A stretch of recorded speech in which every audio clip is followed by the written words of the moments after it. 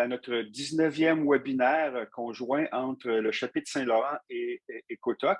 Aujourd'hui, on a le très, très grand plaisir d'accueillir Donna Mergler. Et puis, donc, Donna, vous l'aurez sûrement lu dans la fiche du webinaire.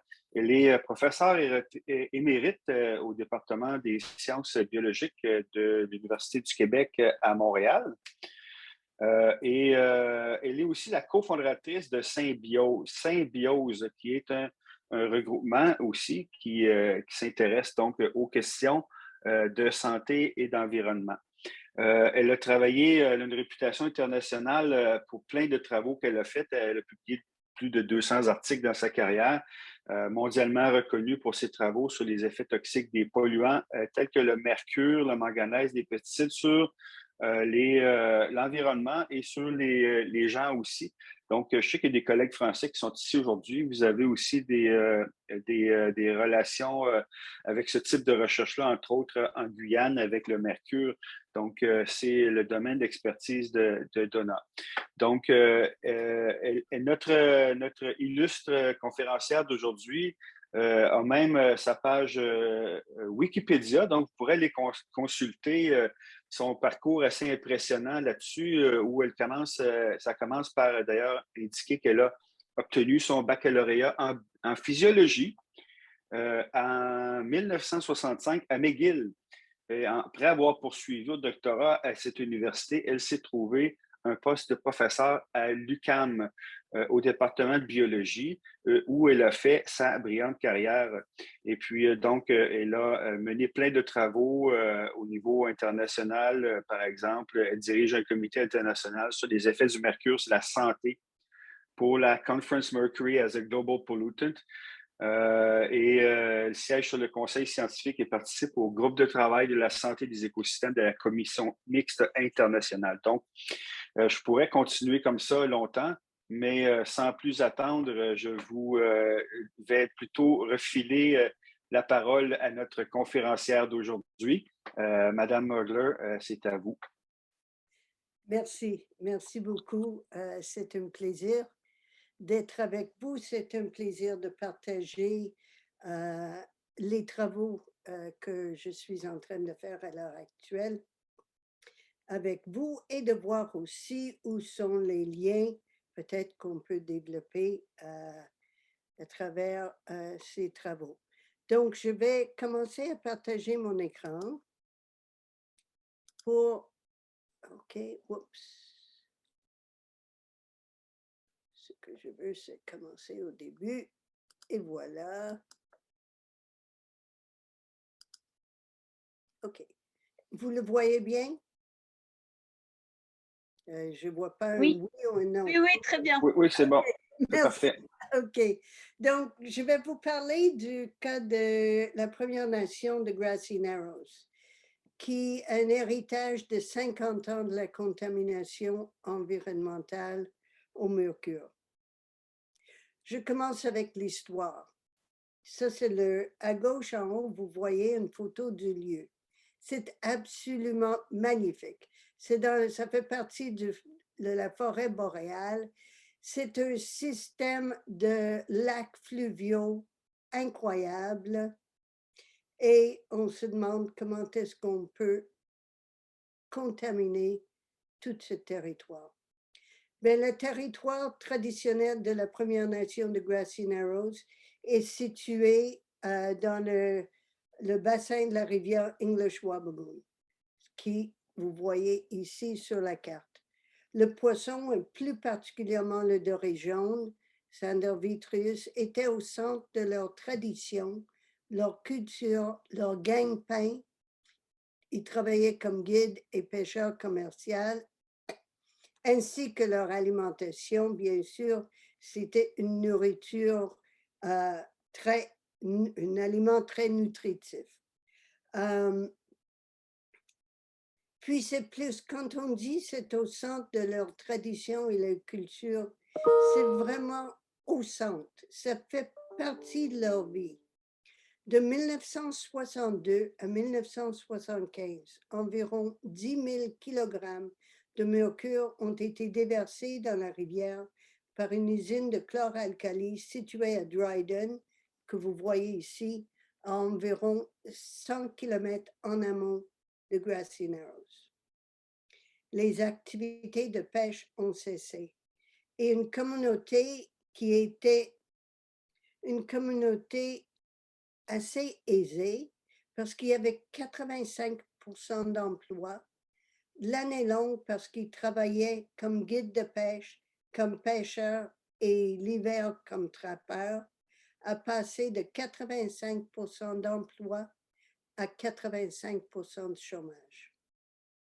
Il y a dans les archives de CBC, Radio-Canada anglais, il y a des vidéos de l'époque sur la situation et on voit à quel point ça dévastait la communauté. En 2017, des journalistes de Toronto Star ont révélé l'existence de rapports tenus secrets qui confirmaient la continuation continue du sol et de l'aquifère. Qu'est-ce qui s'est passé? Le mercure a été rejeté de l'usine par un tuyau et un fossé d'eau usée le long de la rive de la rivière Wabigoon. Le mercure s'est détaché aux particules et s'est déposé au fond de la rivière sur les rives et les lacs. Le mercure continue à se déplacer en aval. Il suffit, comme vous savez, d'une petite quantité pour causer des problèmes. Une cuillerée à café mélangée dans un camion à benne de boue le contaminerait. Le mercure se transforme en méthylmercure qui permettent dans la chaîne alimentaire aquatique. C'est en 1985 qu'une chercheure en écotoxicologie, en écologie aquatique, a identifié le fait que le mercure, plutôt que descendre dans les sédiments, restait toujours, il y avait toujours une couche de mercure sur le dessus. Et ça a pris jusqu'en juin 2018 pour qu'il y ait une première somme de 85 millions qui soit attribuée par la province d'Ontario pour la remédiation. Et à l'heure actuelle, il y a une équipe d'ingénieurs qui sont en train de faire les premières études qui visent la remédiation du bassin hydrographique. Ça, j'ai pas besoin, je l'utilise, j'ai pas besoin de vous montrer à vous la bioaccumulation, la biomagnification du mercure, mais c'est ce qui se passe là-dessus. Donc, qu'est-ce qui se passe? Qu'est-ce qu'on a fait depuis le temps? Évaluer les taux de mercure dans les poissons et les sédiments. Bien, là, vous voyez les données de Rudd et collègues sur le mercure dans le poisson, le doré, qui est le poisson qui est au centre de leur tradition, et des sédiments. Et vous voyez justement qu'ils ont commencé à mesurer en 1969, donc à peu près 7 ans après que ça a commencé, et on voit que ça a descendu jusqu'à vers 1985, et ça reste relativement stable depuis ce moment-là. Et vous avez ici des niveaux de base les régions environnantes de mercure dans le doré et de mercure dans les sédiments. Ça, c'était entre 1969 et 2010.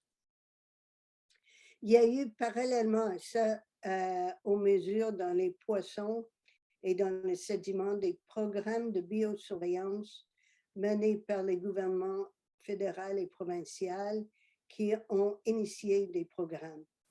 Un programme était de mesurer les niveaux de mercure dans les cheveux et le sang, et le programme était entre 1970 et 1997. Et deuxièmement, le mercure du cordon ombilical chez les femmes qui ont accouché à l'hôpital local dans la ville de Kenora entre 1970 et 1992. Dernièrement, avec l'aide aussi du Toronto Star, la communauté de Grassy Narrows a obtenu ces données et les a partagées avec nous.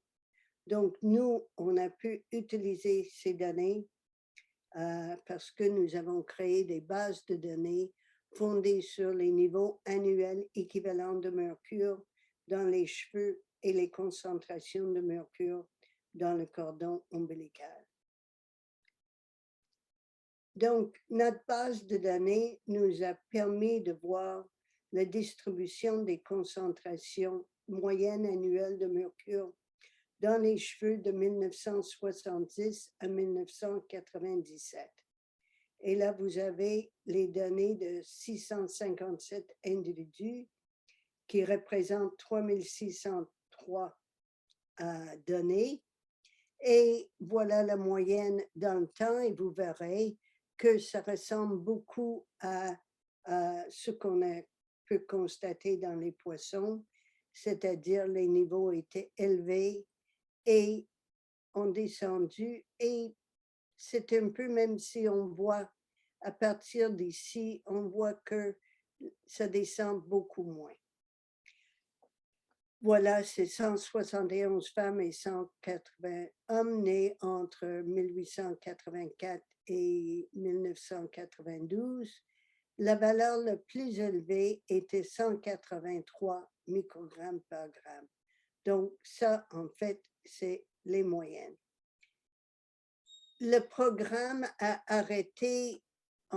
s'est arrêté en 1997 et ça, j'aimerais parler avec vous à la toute fin parce que ça a été en dessous des valeurs de mercure dans les valeurs de référence pour les Santé Canada, c'est-à-dire 2 microgrammes par gramme pour des femmes à l'âge qui considèrent à l'âge de procréer, 5 pour les femmes en haut de 50 ans et tous les hommes.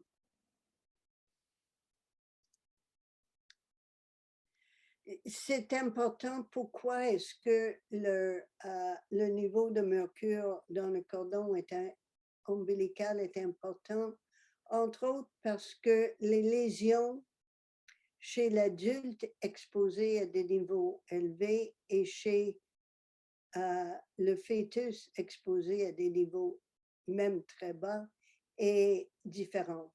La région focale du cerveau chez les adultes, on peut voir ici, c'est le cervelet, c'est le lobe occipital et c'est ici, c'est les lobes pariétaux. Et on voit que chez les enfants, c'est un peu plus diffus, mais regardez ça ici, comme c'est diffus, le mercure se diffuse partout dans le cerveau, chez le fœtus. Donc, qu'est-ce qu'on sait des niveaux? Ça, ce n'est pas les moyennes, ça, c'est les valeurs actuelles de Grassy Narrows. Voilà, on a 211 ici. De autres Premières Nations, on a 170. Et des non-Premières Nations en vert ici, on a 579. Et on voit en effet que les niveaux, ce programme-là, c'était d'un programme de surveillance qui s'est arrêté en 1977 du gouvernement d'Ontario. Ils ont donné, et ça c'est de Santé Canada. Donc, on voit encore on voit exactement le même profil qu'on voyait chez les adultes. Et encore, il y a des limites de mercure dans le sang recommandées. Pour Santé Canada, c'est 8 microgrammes par litre et pour l'Agence de protection de l'environnement des États-Unis, c'est 5,8. Ce qu'on sait de la littérature, c'est que l'exposition prénatale, même à de très faibles concentrations, a des effets sur le développement des enfants, notamment sur le neurodéveloppement des enfants. Aujourd'hui, à Grassy Narrows, les gens dont le sang de cordon a été mesuré ont entre 29 et 53 ans. Donc, on a des données pour des gens, on connaît le niveau de sang de cordon pour des gens qui ont entre 29 et 53 ans. Il n'y a pas d'information pour les personnes de Grassy Narrows qui sont nées entre 1962 et 70 et rien depuis 1992. Nous ne sommes pas les premiers d'avoir fait des études sur la santé. De 1900 à 1979, il y a des examens neurologiques qui ont été effectués par Santé Canada qui ont révélé des effets qui peuvent être associés à une intoxication au méthylmercure, mais selon les auteurs de cette étude, un diagnostic définitif est difficile à établir. En 1986, le Dr. Brian Postel de l'Université Manitoba a examiné les dossiers de morbidité, de mortalité de Grassy Narrows à partir des dossiers de l'hôpital local. Le rapport indique que la communauté a connu des maladies et des décès à des taux qui dépassent de loin les normes régionales, provinciales et nationales. De 1975 à 2011, le Dr. Masazumi Arada de Minamata et son équipe ont examiné des personnes à 4 reprises et ont signalé de nombreux cas cliniques de la maladie de Minamata et de la maladie de Minamata avec complications. Malheureusement, il n'y a pas grand-chose qui a été fait suite à toutes ces études. En 2015, Grassy Narrows a entrepris des évaluations de santé communautaire qui, en effet, sont toujours en cours et j'ai eu l'honneur d'être invitée à collaborer avec eux sur ces études. Donc, pour les études dont j'ai fait partie, nous menons, je vous ai montré qu'on a les bioindicateurs historiques du mercure. J'ai participé à l'évaluation communautaire de la santé et nous avons utilisé les données et les données qu'ils ont à Grassy Narrows, des données très bien tenues parce que à cause des ministères des Affaires indigènes. Donc, il y a la mortalité, on a regardé la mortalité précoce et actuellement, suite à toutes ces informations, nous avons un projet en cours qui est financé par les IRSC où on a des examens approfondis. C'est une équipe avec des neurologues, des médecins généralistes, des optométristes, des psychologues, des physiologistes pour faire un portrait des effets du mercure. Tout cela ensemble fait un portrait des effets du mercure sur la santé et le bien-être des personnes pour arriver à des solutions communautaires et améliorer des services que reçoivent la communauté. Le modèle que nous utilisons, c'est un modèle qui est sur un continuum de gravité des effets. J'ai toujours travaillé dans un but préventif à regarder ce qu'on peut appeler les premières altérations aux fonctions qu'on est en train de mesurer, qui représentent des changements subtils qui ont une incidence sur l'individu et aussi sur la communauté. Ça nous permet de faire de la prévention. Je vais revenir à ça tout de suite après. Par la suite, on voit des symptômes sous-cliniques de dysfonctionnement du système nerveux, qui est ce que les cliniciens qui travaillent avec nous sont en train de regarder. Et finalement, un syndrome clair, neurologique et neuropsychiatrique. Des changements subtils, j'aimerais juste passer quelques minutes à le regarder. Il y a une excellente vidéo que je vous invite à regarder. C'est de Bruce Lanphier, qui est professeur à l'Université de Simon Fraser en Colombie-Britannique, qui a fait énormément d'études sur le neurodéveloppement des enfants en lien avec leur l'exposition in utero et l'exposition pendant l'enfance, où le cerveau est en train de se former. Ce que on sait que même une perte de 5 points de QI, on va utiliser QI parce que c'est une mesure, ok? Donc, de 5 points de QI a un effet énorme sur la communauté. Si, par exemple, demain, vous vous réveillez avec 5 points de QI de moins, vous trouverez probablement que vous êtes un peu plus lent, que vous avez un peu plus de difficultés.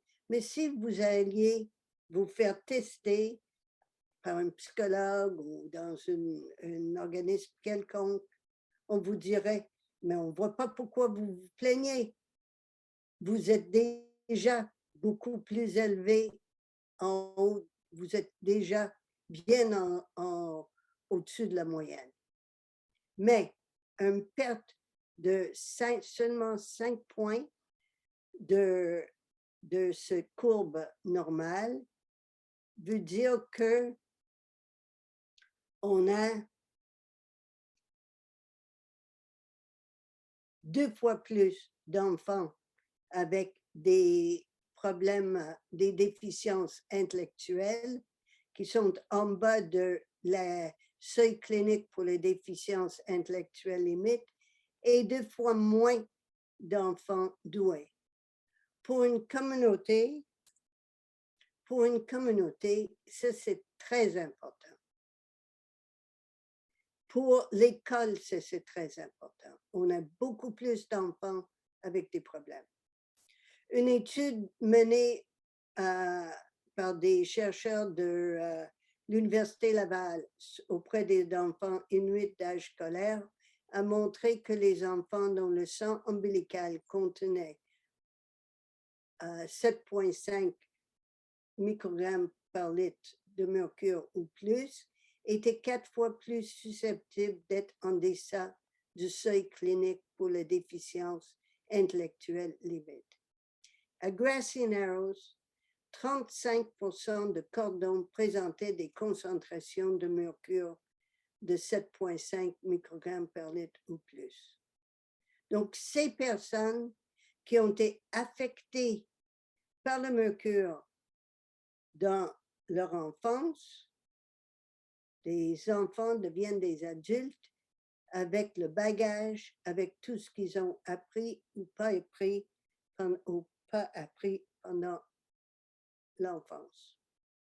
Donc, qu'est-ce qu'on a fait? On a fait une évaluation communautaire de la santé qui avait une participation communautaire à tous les niveaux.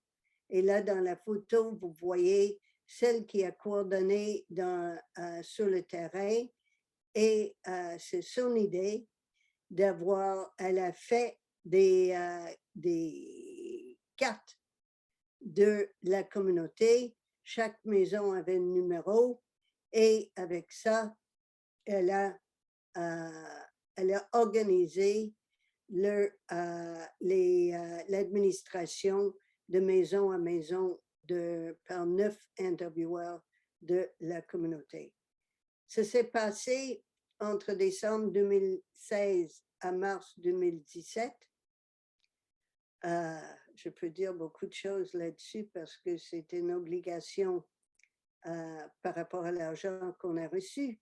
Et vous pouvez imaginer, on est dans le nord d'Ontario, la neige qui s'accumule, la température entre les mois de décembre et mars. Le questionnaire qu'on a utilisé est un questionnaire informatisé adapté de l'enquête régionale sur la santé des Premières Nations 2008-2010.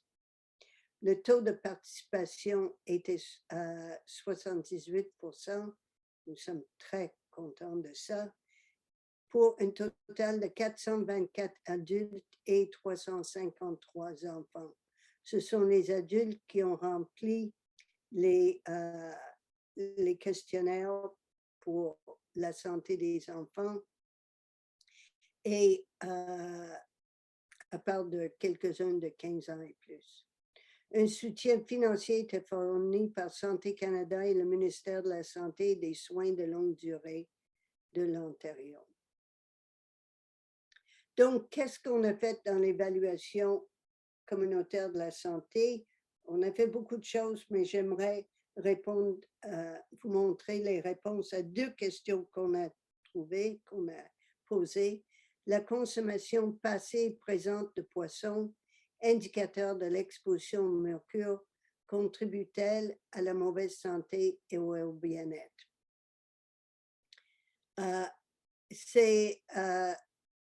Il faut dire que quand on a commencé ça, on n'avait pas les niveaux de mercure dans le sang et les cheveux ou le cordon, et on a utilisé comme indicateur la consommation de poissons. Et deuxièmement, comment la santé et le bien-être de la Première Nation de Grassy Narrows se comparent-ils à ceux des autres Premières Nations? Donc, les questions qu'on a posées étaient, on voulait savoir combien l'exposition pendant l'enfance, et pour les adultes, on a demandé combien de poissons avez-vous mangé à l'âge de 10 ans. On avait les questions sur 5 et on les a regroupées au moins plusieurs repas de poissons par semaine versus moins. Et combien de dorées, ça venait de l'enquête des Premières Nations. Combien de dorées avez-vous mangé au cours de la dernière année? Souvent, puis en voyant, c'est une médiane de 3 repas de poisson par mois, et quelquefois ou jamais, qui était à peu près 1 poisson par mois. Pour les enfants, la question qu'on a posée, combien de poissons avez-vous la mère, ou si vous savez si c'était le père qui répondait ou la personne qui s'occupait des enfants, si vous le savez, combien de poissons la mère mangeait lorsque elle était enceinte de cet enfant. La plupart des réponses venaient de la mère, ce qui nous a permis par la suite de faire une étude intergénérationnelle en utilisant les liens matrilinéaires. Donc, c'était presque jamais, une fois par mois, une fois par semaine ou plus. La première question, une fois qu'on avait les données, c'est y a-t-il un billet de rappel? Et là, on voit, on avait des cheveux, on avait une mesure pour plusieurs de cheveux à 10 ans. Donc, ça, c'est la consommation de poids que les gens ont répondu. Ceux qui ont répondu moins que plusieurs fois par semaine et d'autres au moins plusieurs fois par semaine. Et là, on voit très bien que à tous les âges, le taux moyen de la concentration moyenne de mercure à 10 ans correspond à ce que les gens rapportaient. Excuse les erreurs. Des associations. Donc, qu'est-ce qu'on a vu chez les adultes? On a vu des associations significatives qui ont été observées. Ça, c'est en tenant compte de l'âge, le sexe, au moins un problème de santé chronique, la consommation d'alcool, le tabagisme, la nutrition, et si la mère était en école résidentielle. Donc, les déficiences sensorielles des extrémités, des difficultés motrices, la difficulté à avaler, trébucher, tomber, perte de mémoire, difficulté à se concentrer, anxiété et dépression. Depuis, avec les données d'exposition, on a pu faire des modèles d'équations structurelles pour essayer de comprendre qu'est-ce qui se passe avec l'exposition. Et là, on parle de l'âge, on va regarder, vous voyez, ça c'est des facteurs qu'on a considérés. Et par rapport au mercure, on voit qu'il y a des liens directs. L'âge ici représente à la fois le fait que la personne vieillisse dans le temps, mais à la fois le fait que le mercure baisse. Donc, on a la possibilité de confusion parce que l'âge augmente et le mercure baisse. Donc, c'est important de réaliser ça et d'en tenir compte comme il faut dans les analyses. Donc, l'âge est nécessairement relié à l'exposition et on s'attend que l'exposition prénatale est aussi reliée à l'exposition pendant l'enfance. Et ça, c'est l'exposition, ça, cette mesure-là, c'est si la personne avait eu entre 1970 et 97 au moins une valeur en haut de 5 microgrammes par gramme. Et on voit tout à fait que cela, il y a des liens directs et surtout avec l'exposition pendant l'enfance, avec ici ce qu'on appelait une déficience ou des problèmes au niveau du extra-pyramidal. Et voilà tous les symptômes. On a fait un clustering et voilà tous les symptômes qui clusterent, qui sont mis ensemble statistiquement, pas par les gens, qui statistiquement, en faisant l'analyse de cluster, qui qu'on appelle des déficiences extrapyramidales. Ça, c'est sous presse dans la revue Environmental Health. Voilà, on voit, et on ne va pas les regarder, mais quand on a fait le clustering, il y a eu 6 clusters qui sont formés avec des symptômes différents qui étaient évalués dans l'étude communautaire.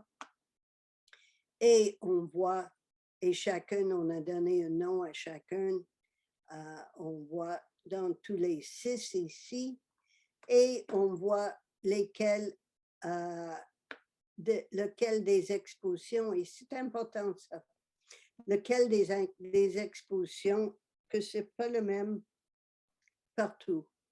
Donc, prénat pour extrapyramidal, c'était prénat et un peu une tendance avec pendant la vie. Pour la perte sensorielle, c'est surtout l'exposition pendant leur vie.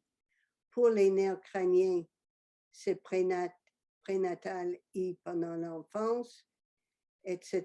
On continue et ceci est très intéressant, c'est que le prénatal qui l'exposition prénatale, c'est-à-dire la concentration au cordon ombilical qui affecte la détresse psychologique qu'on voit ici.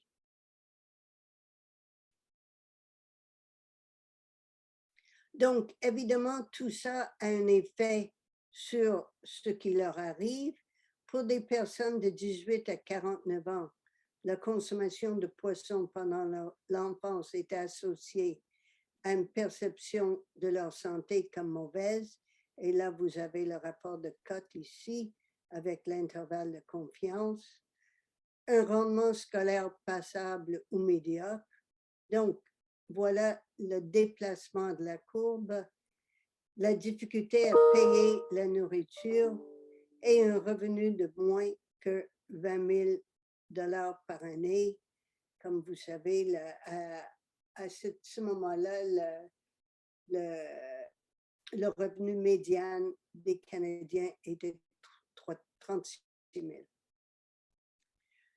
Pour les personnes de 50 ans et plus, 50% avaient été informés par un professionnel de la santé qu'ils souffraient de l'empoisonnement au mercure. Les résultats des modèles de régression multiples en tenant compte aux besoins de toutes les choses dont j'ai mentionné plus tard, plus l'obésité, et là, c'était un des parents qui était dans une école résidentielle. Donc, comment se portent les adultes par rapport aux autres Premières Nations? On a pu comparer, parce qu'on a posé les mêmes questions avec l'étude nationale régionale de santé et de Canada, et Ontario avait sorti les données d'Ontario. Donc, ça nous donnait des moments un bon moment de pouvoir, des bonnes données pour pouvoir comparer. Donc, si on compare avec les autres Premières Nations et là avec les Canadiens, la santé florissante, qui est une mesure qui est utilisée dans toutes les enquêtes communautaires de Santé Canada, c'est la perception de la santé, et quand on met ensemble trois très bonnes ou excellentes, pour Grassy Narrows, c'est 21%, pour les Premières Nations en Ontario et ailleurs au Canada, c'est à peu près 40%, et chez les Canadiens non autochtones, c'est 60%. Ces données-là reflètent dans le pourcentage de ceux qui ont au moins un problème de santé chronique. Et il faut dire que la comorbidité diabétique, même si le pourcentage de diabète est similaire, la comorbidité diabétique est plus fréquente à Grassy Narrows, malgré le fait que proportionnellement plus de diabétiques à Grassy Narrows fréquentent les cliniques ou l'éducation pour les diabètes. Il y a des programmes sur les réserves de Premières Nations, pour comment contrôler le diabète, et en plus, ils sont plus insulino-dépendants. Donc, quand on compare la comorbidité, puis là, les médecins de la région, si les gens présentent avec des symptômes de circulation, de perte de sensation, ils attribuent au diabète. Donc, ça, c'est chez les diabètes. Est-ce qu'un professionnel de la santé vous a dit que le diabète affecte votre circulation? On voit la différence. Perte de sensation dans les pieds, problèmes dans les jambes, la vision, les différences, les infections et l'insulinodépendance. La question qu'on se pose et qu'on se pose dans l'étude en cours, est-ce le diabète ou le mercure qui explique ceci, ou les deux qui sont à la base de ces symptômes? Les enfants, en fait, vous avez vu que les concentrations de mercure étaient relativement bas dans les cordons ombilicaux rendus à 1998, et ces enfants sont tous nés depuis 1998.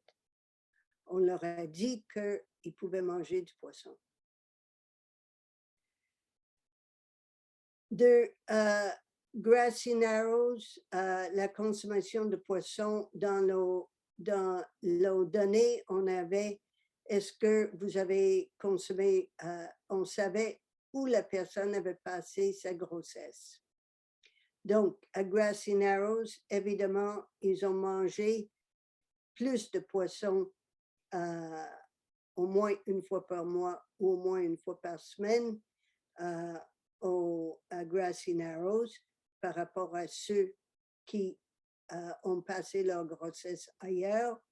En fait, 55% des mères d'enfants qui vivaient à Grassy Narrows pendant la grossesse mangeaient du poisson au moins une fois par mois. Donc, on voit qu'il y avait consommation de poisson. Je dois vous dire que le comité interministériel avec Grassy Narrows, quand on a décidé de faire l'enquête des enfants, ne pensait pas qu'on allait voir des effets de mercure. On pensait qu'on fournissait des données de base sur la santé des enfants à Grassy Narrows. On s'est trompé. La question ici était, est-ce que l'enfant ou le jeune a-t-il eu plus de problèmes émotionnels ou comportements que les autres enfants du même âge et du même sexe au cours des 6 derniers mois? Celles qui ont répondu qu'elles mangeaient presque pas de poisson pendant la grossesse ou pas de poisson, c'était 20%. Une fois par mois, ça montait à 30%. Et au moins une fois par semaine, c'était 57%. Le ratio de cote est 1,15 en tenant compte de l'âge de l'enfant, de l'indice de pauvreté et du fait d'être toujours sous la garde des services ou d'avoir jamais été sous la garde des services à l'enfance et à la famille. Donc, on voit que c'est... Et vous vous rappelez que chez les adultes, on voyait l'effet de leur cordon ombilical, de mercure dans le cordon sur leur détresse psychologique.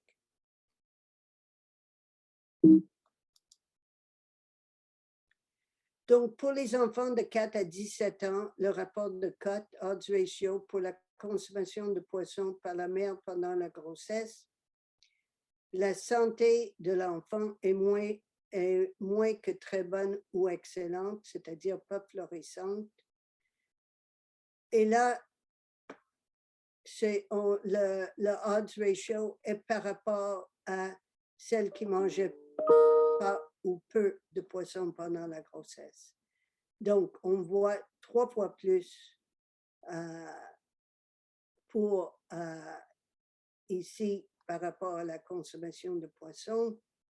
Les maladies chroniques diagnostiquées, problèmes généraux. En fait, on voyait que ça commençait à un repas par mois et il n'y avait pas de grande différence entre un repas de poisson par mois et un repas pas de poisson par semaine ou plus.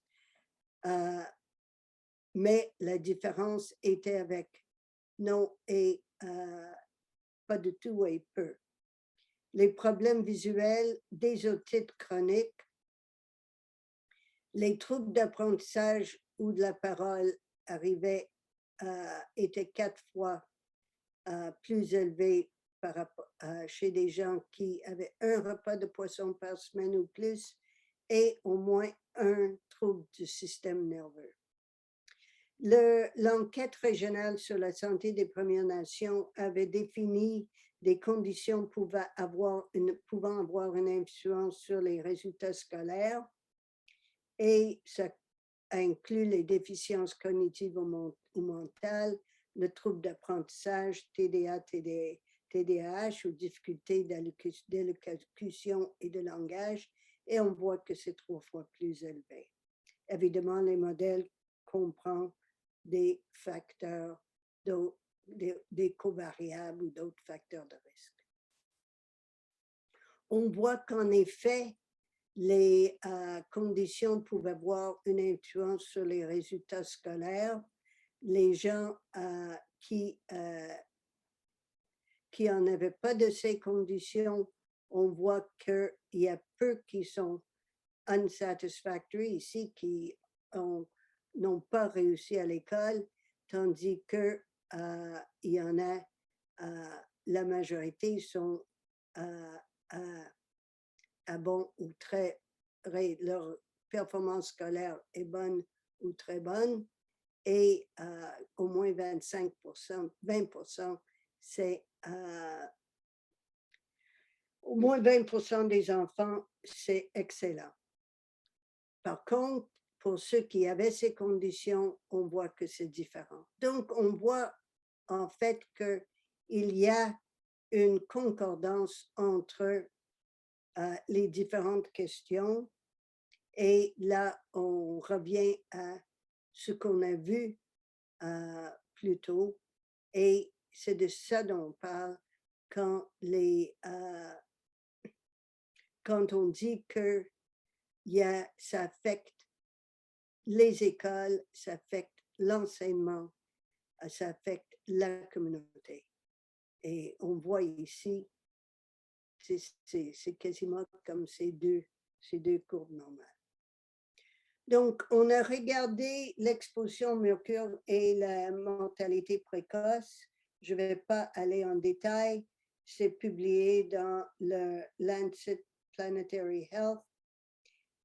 Et nous avons, je suis fière, nous avons reçu le prix du meilleur article en épidémiologie environnementale 2020 qui était décerné par l'International Society for Environmental Epidemiology.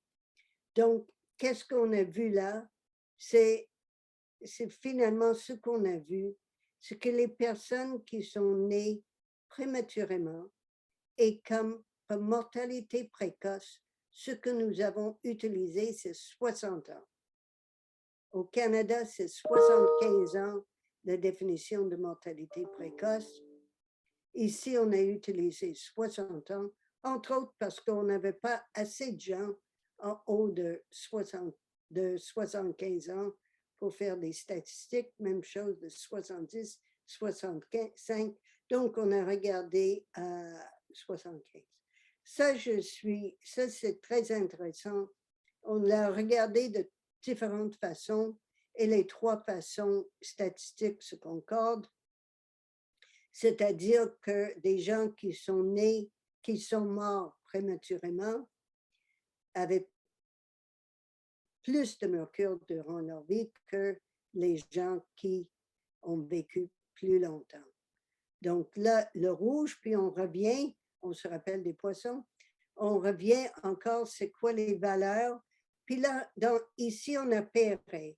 On a pairé sur l'âge, le sexe et avoir un certain nombre de mesures de mercure en même moment. Et on a regardé ça, c'est des gens qui, le rouge, c'est des gens qui sont morts prématurément. Le bleu, c'est les niveaux moyens de mercure dans les cheveux des gens qui ont vécu plus longtemps que 60 ans. Voilà, on a des courbes de survie et on a vu que l'âge de décès diminué d'1 an pour chaque tranche. Excuse-moi, il devrait avoir un virgule là, de 6, microgrammes par gramme avec un intervalle de confiance de 4,35 à 14,29 d'augmentation du mercure des cheveux au cours de la période de surveillance. Mais je vais, avant de finir et ouvrir à la discussion, je donne la parole à Judy Da Silva, qui est la coordinatrice des programmes sur l'environnement et la santé de Grassy Narrows, une militante pour la reconnaissance de l'empoisonnement au mercure et un traitement adéquat pour sa communauté, et récipiendaire de plusieurs prix et un doctorat honorifique. Et c'est un plaisir de travailler avec cette femme. Si vous êtes pendant que juste avant de montrer ça, si vous êtes intéressé à savoir plus sur ce que nous faisons à l'heure actuelle, Découverte est venue l'été passé, nous filmer et c'est sur le web, sur le site de Découverte. Écoutons Judy, ça va être en anglais. Bonjour, Bishko Vishnikas, Bijondotam, Quantum Ninanakta Magman, Mishna Begam Chat, King. We started on this health survey like probably 5 years ago, trying to get funding and so on, and we finally got it done, and now the report is out, and it is a report that verifies that we are poisoned by mercury. I've been to so many meetings where not one word was uttered about mercury poisoning or Minamata disease. So it's almost like I felt crazy thinking, maybe we're not, maybe we're just imagining it. But then I always knew in the back of my head, 10 tons of mercury in the river system is highly toxic.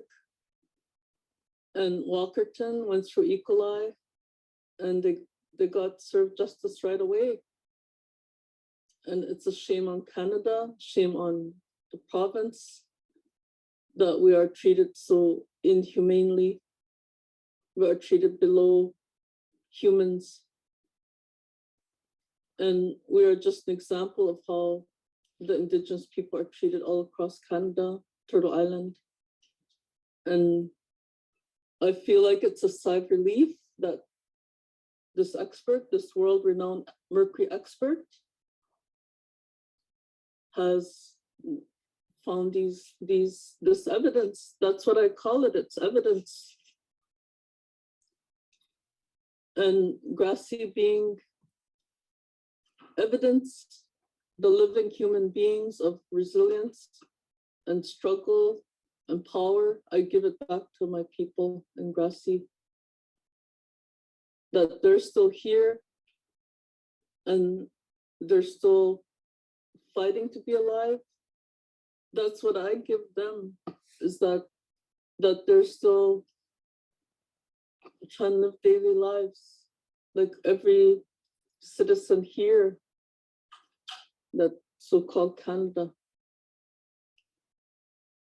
And that's the really basic human right that everybody has, is to have a good, healthy environment, to be alive.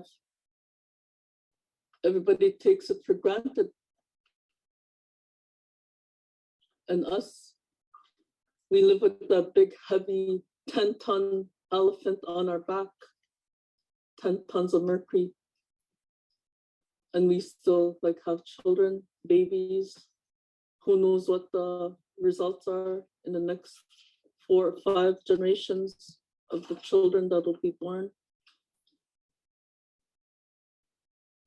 Merci, Judy. Donc, comme Judy dit, il y avait ils sont battus, cette communauté se bat depuis 50 ans pour la reconnaissance de ce qui leur est arrivé. Et une note d'information du gouvernement du Canada au Premier ministre Trudeau, obtenue par Grassy Narrows dans le cadre d'une demande d'accès à l'information, indiquait ce qui suit. Selon Santé Canada, ils ont examiné des données sur la santé et le mercure accumulé au cours des 45 dernières années. Il n'y a pas de données pour confirmer si le taux d'incapacité ou de problèmes de santé importants est plus élevé que celui des autres Premières Nations à Grassy Narrows ou à Wabaseemoong en ce moment. Wabaseemoong, c'est une autre communauté qui a été affectée par le mercure. Ma réponse à Santé Canada, c'est que si on ne cherche pas, si on ne regarde pas, on ne sait pas. Je peux faire une conclusion. La conclusion est que nos études montre et continue à montrer des effets très graves sur la santé, le bien-être de cette communauté. Il faut dire que nos études ont contribué à l'obtention d'une réforme du Mercury Disability Board qui était une commission un peu comme qui donne l'indemnité à des individus à un centre de santé sur le Mercure qui est en train d'être construit à Grassy Narrows et à la reconnaissance par la communauté médicale de ce qui se passe, ainsi que à la remédiation de la rivière. Merci beaucoup. C'était super intéressant.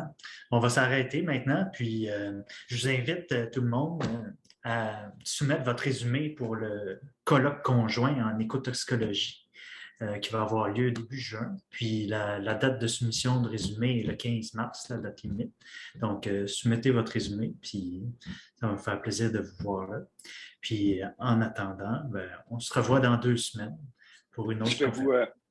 Rajouter un petit mot de la fin aussi. Donc, on a un autre Patrice. colloque qui va se tenir à Namur, en Belgique, avec COBIM, donc où nos collègues français vont aussi pouvoir venir.